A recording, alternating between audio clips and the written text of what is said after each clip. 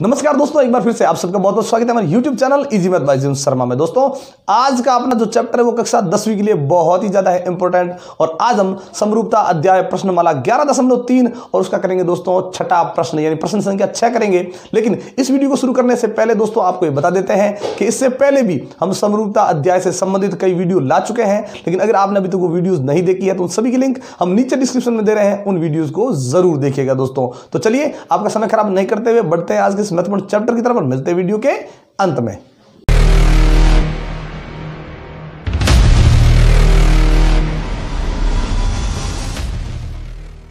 तो चलिए दोस्तों शुरू करते हैं आज की इस प्रश्नमाला का ये छठा प्रश्न। दोस्तों निम्न दिए गए त्रिभुजों की आकृतियों में से, आपको यहाँ पे 8 आकृतियां नजर आ रही है त्रिभुजों की, उनमें से हमें समरूप त्रिभुज युग्मों का चयन करना है दोस्तों। कि इसमें समरूप त्रिभुजों का जो युग्म है वो चयन करना है, मतलब कौन कौन से त्रिभुज आपस में समरूप है। तो ध्यान रखें दोस्तों, वो त्रिभुज समरूप हो जाएंगे जिसमें किसी प्रकार की कोई समानता हो उनके संगत भागों में। मतलब कैसे, अगर उनकी भुजाओं के मान दिए गए हैं तो दोस्तों उनकी संगत भुजाएं लेनी है, और संगत भुजाओं का दोस्तों हमें अनुपात करना है, और वे अनुपात समान होने चाहिए। और अगर हम इसमें से देखते हैं कोणों के मान, तो वो पूर्ण रूप से उनमें दोस्तों बराबर होने चाहिए, तो भी वे त्रिभुज है वो समरूप हो जाएंगे दोस्तों। चलिए पहले नंबर पे देखते हैं क्या है हमारे पास। यहाँ पहले नंबर पे दोस्तों एक आकृति है जिसका नाम हम ABC, BCA, ACB जो आप चाहो वो नाम ले सकते हो। तो इसमें हमने क्या देखा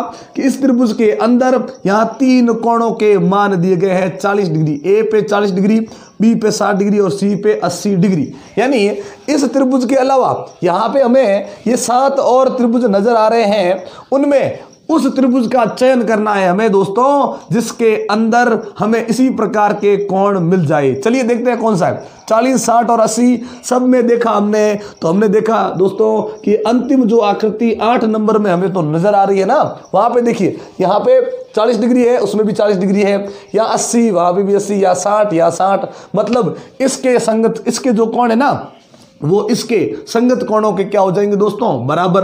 यानी एक भी कोण में फर्क नहीं है। देखिए तीनों कोण देखे, तीनों ही कोण क्या हो गए दोस्तों बराबर हो गए।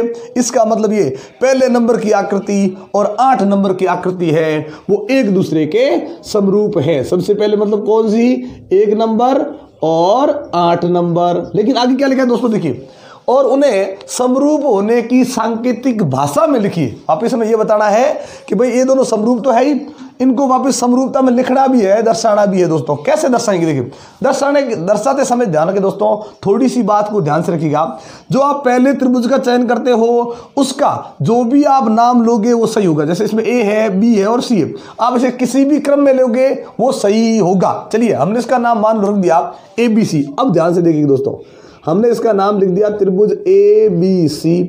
अब समरूप करने के लिए इसमें जो इसके समरूप ये जो त्रिभुज है ना उसका नाम थोड़ा ध्यान से लिखिएगा दोस्तों। पहले त्रिभुज का नाम आप जैसा है, जो इसमें दिए हुए बिंदु है शीर्ष है उनको लेकर कोई भी नाम लिख दो, चाहे A पहले रखो, C पहले रखो, B पहले रखो, जो रखोगे वो सही होगा। लेकिन इसे लिखने के बाद इसके जो संगत अब जो त्रिभुज आएगा समरूप, उसका नाम थोड़ा ध्यान से लिखिएगा। ये नहीं है कि इसमें आप जो लिखोगे वो सही हो जाएगा, नहीं होगा दोस्तों, क्योंकि नाम यहां लिखते वक्त वो नाम इसके संगत होना चाहिए। अब संगत का हमें पता कैसे चलेगा वो देखिए। जैसे हमने पहले त्रिभुज का नाम लिखा ABC, तो आपको केवल ये देखना है कि यहाँ कोणों के मान दिए हुए थे, उसमें सबसे पहले हमने लिखा A मतलब कौन सा, 40 डिग्री वाला।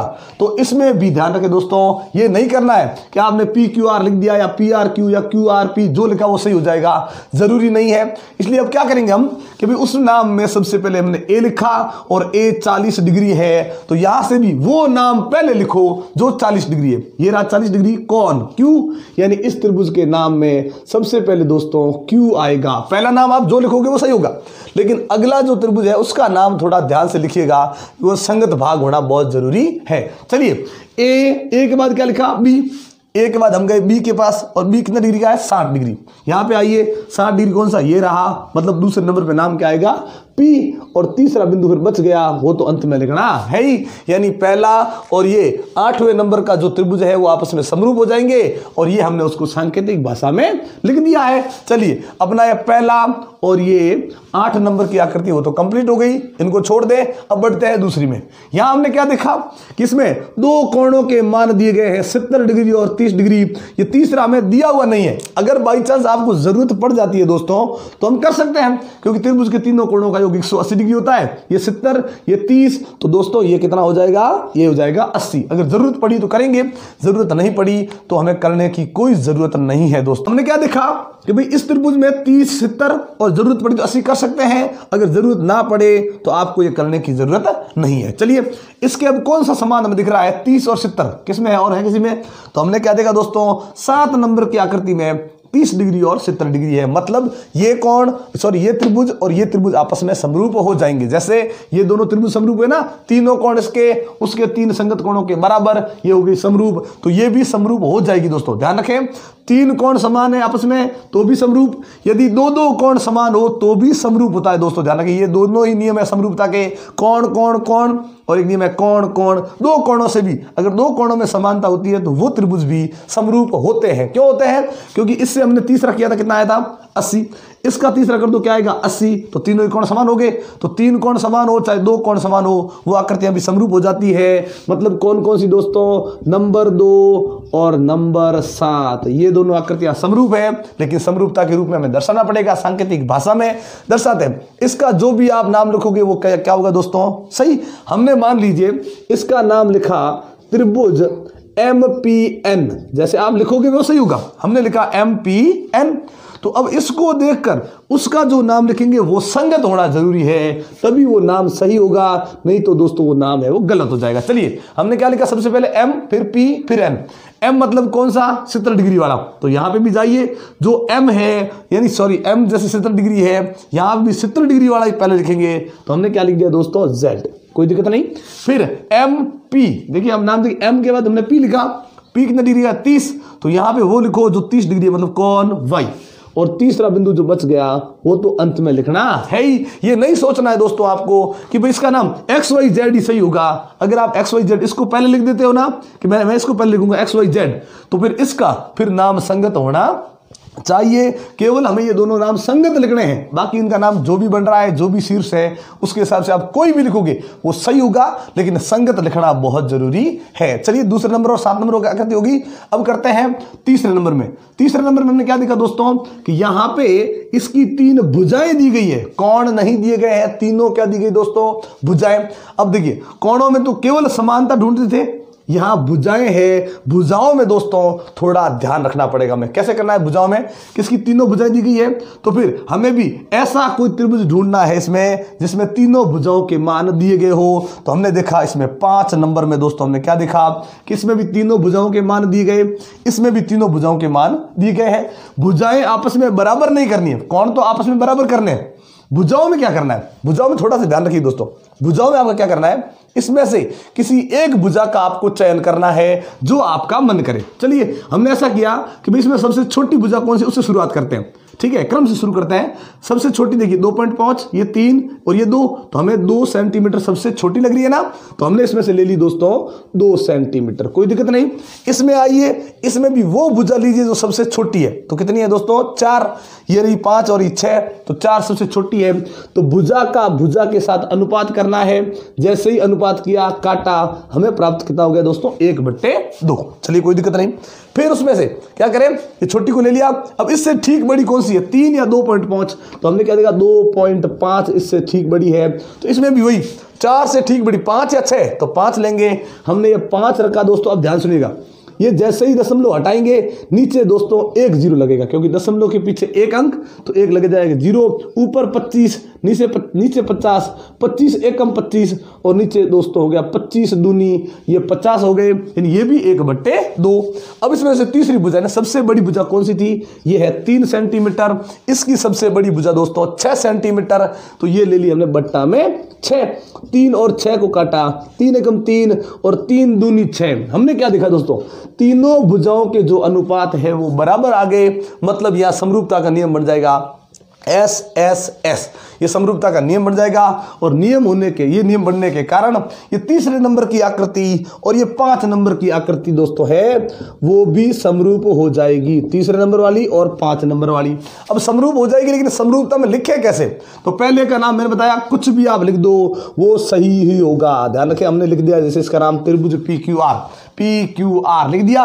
अब इसमें जो PQR बना उसी के संगत ये नाम होना चाहिए। अब देखिए, हमने यहाँ पे कोण तो है नहीं हमारे पास, तो हमने क्या देखा कि भाई P फिर Q फिर R, तो हमने क्या देखा कि सर हमने जो यहाँ नाम लिखा है उसमें 2.5 जो सेंटीमीटर वाली भुजा है उसको पहले, फिर बाद में 2 सेंटीमीटर वाली। तो यहाँ इसका जो अनुपात बनाया ना, वो अनुपात किस भुजा के साथ बनाया, इसका किसके साथ बनाया, वही इसमें पहले देखेंगे। बाद में इसको देखा हमने, तो इसके साथ हमने किस भुजा को लिया था उसको देखेंगे। चलिए, तो हमने क्या देखा, 2.5 फिर 2, यानी जो भुजा सबसे ना छोटी है ना सबसे बड़ी है उस भुजा को लिया। फिर हमने सबसे छोटी भुजा पे हम चले गए, हमारा अपना नाम बन गया PQR। वो नाम तो हमने लिया, लेके हमने इसके भाग देखे कि कौन कौन से भागों पे ये चल रहा है, उन्हीं भागों पे चलकर इनका भी नाम बनाओ। तो क्या है, सबसे पहले न सबसे बड़ी न सबसे छोटी, तो ये रही 5 सेंटीमीटर, जो ना सबसे छोटी है और ना सबसे बड़ी है। ठीक है, 5 सेंटीमीटर। 5 से चलते हुए हमें कहाँ जाना है, उस भुजा पे जो सबसे छोटी है। तो देखिए, यहां से शुरू करके अगर हम इस तरफ जाके इस तरफ जाते हैं तो हम कहाँ चले जाते दोस्तों, सबसे बड़ी भुजा पर। यानी हमें यहां से शुरुआत नहीं करनी, यहां से शुरुआत करते हैं, ऐसे चल के हम यहां गए तो सबसे छोटी है ना सबसे बड़ी, और फिर चले गए सबसे छोटी पर। तो क्या नाम बना, EFG, यानी इसका संगत नाम जो दोस्तों है वो बन जाएगा EFG, क्योंकि जो जो भुजाएं हमने साथ में ली थी उनके नाम के हिसाब से ये संगत भाग होने चाहिए। इसमें हमने नाम देख लिया, एक बार PQR लिख दिया। अगर आपने इसका PRQ लिखा होता, QRP लिखा होता, सही होता, लेकिन फिर इसको लिखने के बाद इसका नाम ऐसा लिखो कि जो इसके भागों के हिसाब से, भुजाओं के हिसाब से नाम संगत आना चाहिए। यहाँ 2.5 फिर 2, तो यहाँ पे पहले 5 फिर 4, ना सबसे छोटी ना सबसे बड़ी, वो कौन है, 5। इसमें 2.5 थी, यहाँ 5 है, फिर सबसे छोटी 4 है। तो इस प्रकार से हमने नाम बनाया, ये अपना संगत नाम बन गया। ये दोनों भी समरूप हो गए। अब अंत में देखा 4 नंबर की आकृति, यहाँ पे देखी दोस्तों। अब बच्चा कौन है, केवल 4 नंबर की आकृति, और एक बच गई दोस्तों ये 6 नंबर की आकृति। अब इनको भी देख लेते हैं। इसमें हमने क्या देखा कि 2 तो भुजाओं के मान दिए गए और बीच वाला एक कोण कितने डिग्री का है, 80। यहाँ देखिए बीच वाला कोण कितना है, 80, कोई दिक्कत नहीं। फिर देखिए इसमें जो 2 भुजाओं के मान, एक 5 और एक 6, यहाँ पे देखिए एक है 3 और एक 2.5। तो ऐसे में क्या करना है, हमें छोटी भुजा के साथ छोटी भुजा का अनुपात, बड़ी भुजा के साथ बड़ी भुजा का अनुपात, वही काम करना है। इसमें तीनों अनुपात बने, इसमें हमें 2 बनते नजर आ रहे हैं, 2 बना देंगे क्योंकि तीसरी भुजा का मान दिया हुआ नहीं है। चलिए करते हैं। इसमें मैंने ले ली 5 सेंटीमीटर। तो 5 लेने के बाद यहाँ क्या लेंगे दोस्तों, 3 या 2.5, क्योंकि इसमें छोटी भुजा ली तो इसमें भी छोटी लेंगे। ये लगा दिया हमने 2.5। जैसे ही दशमलव हटाया ऊपर क्या लग जाएगा, 0। यहाँ दशमलव हटाया था, 0 नीचे लगा था, यहाँ खुद नीचे है तो 0 ऊपर लगेगा। ये कट गए दोनों, 25 1 कम 25 और 25 दूनी 50, ऊपर 2 बट्टा के नीचे 1 का कोई मतलब नहीं है दोस्तों, ध्यान रखें। चलिए हो गया। अब लेते हैं, ये कॉमा लगा देते हैं, अलग लिख रहे हैं हम। यानी सबसे बड़ी कौन 6 और इसमें बड़ी कौन 3। चलिए लिया, अनुपात बनाया, क्या आ गया दोस्तों 2। दोनों अनुपात कैसे आए, बराबर, और दोनों अनुपात बराबर होने चाहिए। फिर देखिए बीच वाला कौन देखा, वो भी कैसा है, समान।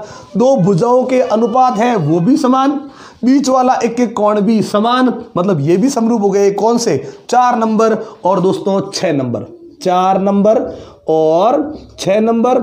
लेकिन इसे समरूपता में दर्शाना बहुत जरूरी है, इसलिए पहला नाम आप जो लिखोगे वो सही। चलिए हमने इसको नाम दे दिया, मान लीजिए त्रिभुज, हमने लिखा मान लीजिए DEF, जो लिखा वो सही होगा दोस्तों। हमने लिखा त्रिभुज DEF। तो अब समरूपता में इसका नाम ऐसे लिखिए जो इसके संगत होना चाहिए। हमने DEF कैसे लिखा कि सर D, यानी हमने शुरू कहाँ से किया, 80 डिग्री वाले कोण से, और फिर हम किस भुजा पर चले, जो इसके अंदर बड़ी नहीं छोटी भुजा है उस पर चलकर गए, फिर उस भुजा पर गए जिसका मान दिया हुआ नहीं है। तो जैसे इसमें लिखा वो तो आप बिना सोचे समझे लिख सकते हो, DEF लिखा, बस कोई दिक्कत नहीं। इसको लिखते वक्त इसके संगत भागों को देखना जरूरी है। DEF हमने तो लिख दिया, लिखने के बाद सोचा कि अब इसका नाम कैसे लिखें, इसीलिए संगत देखना जरूरी है। 80 डिग्री, फिर 5 सेंटीमीटर, और फिर वो भुजा जिस पर कोई मान नहीं है। यहां पे आ जाओ, यहां पे सबसे पहले कहां से शुरुआत करनी है, 80 डिग्री से। फिर उस भुजा पे जाओ जो जैसे इसमें कौन सी थी, बड़ी वाली पे नहीं गए, छोटी वाली पे, तो यहां पे भी 80 डिग्री से शुरू करके बड़ी वाली की तरफ मत जाना दोस्तों, छोटी वाली की तरफ, यानी M, फिर ये N, और फिर उस भुजा की तरफ गए जो सबसे जिस पर मान दिया वो नहीं है, तो M, N और L, तो हमने इसका नाम लिख दिया दोस्तों MNL। प्रश्नमाला के इस छठे प्रश्न को हमने कंप्लीट कर लिया है। लेकिन दोस्तों इन नामों को देखकर आप जब उत्तरमाला में जाओगे और आपको ये ऐसे नाम नहीं मिलेंगे, आप सोचोगे ये तो गलत हो गया। दोस्तों गलत नहीं है, क्योंकि एक त्रिभुज का नाम आप जो चाहो वो लिख सकते हो। जैसे देखिए इसमें ABC, ACB, BCA, BAC, ये सब नाम सही है, केवल हमें उनमें से एक नाम लिखना है और इसके जो समरूप वापिस जो भी आया उसका संगत नाम लिखना है, और हमने उसमें से एक एक नाम चुन लिया है, वो भी संगत लेकर दोस्तों। तो दोस्तों ये गलत नहीं है, ये बिल्कुल राइट है, आपको कंफ्यूज होने की जरूरत नहीं है। दोस्तों आज का अपना जो वीडियो है वो हम यहीं पे समाप्त करते हैं, क्योंकि इसके अलावा जो प्रश्न है दोस्तों वो थोड़े ठीक है बड़े होने वाले हैं और हमारी वीडियो है वो बहुत बड़ी हो जाएगी दोस्तों, इसलिए आज की वीडियो हम यहीं पे समाप्त करते हैं। लेकिन अगले जो प्रश्न है दोस्तों वो हम अगली वीडियो में लेकर आएंगे, ठीक है। तो दोस्तों आप सबका बहुत बहुत धन्यवाद हमारे चैनल को सब्सक्राइब करने के लिए और हमारी वीडियोस को लगातार देखने के लिए। लेकिन दोस्तों ये वीडियो आपको कैसी लगी वो कमेंट बॉक्स में लिखकर जरूर बताइएगा, अच्छी लगी हो तो लाइक और शेयर कर दीजिएगा दोस्तों। लेकिन अगर आप हमारे चैनल पर नए हैं और हमारी इस वीडियो को आप पहली बार देख रहे हैं दोस्तों, तो चैनल को सब्सक्राइब करना मत भूलिएगा और बेल आइकन जरूर दबाइएगा, ताकि जब भी इस प्रकार के इंटरेस्टिंग वीडियो हम आपके लिए लेकर आए नोटिफिकेशन आपको मिलती रहे। इसी प्रकार के इंटरेस्टिंग वीडियो देखने के लिए जुड़े रहे हमारे साथ, तब तक के लिए नमस्कार, जय हिंद, जय भारत।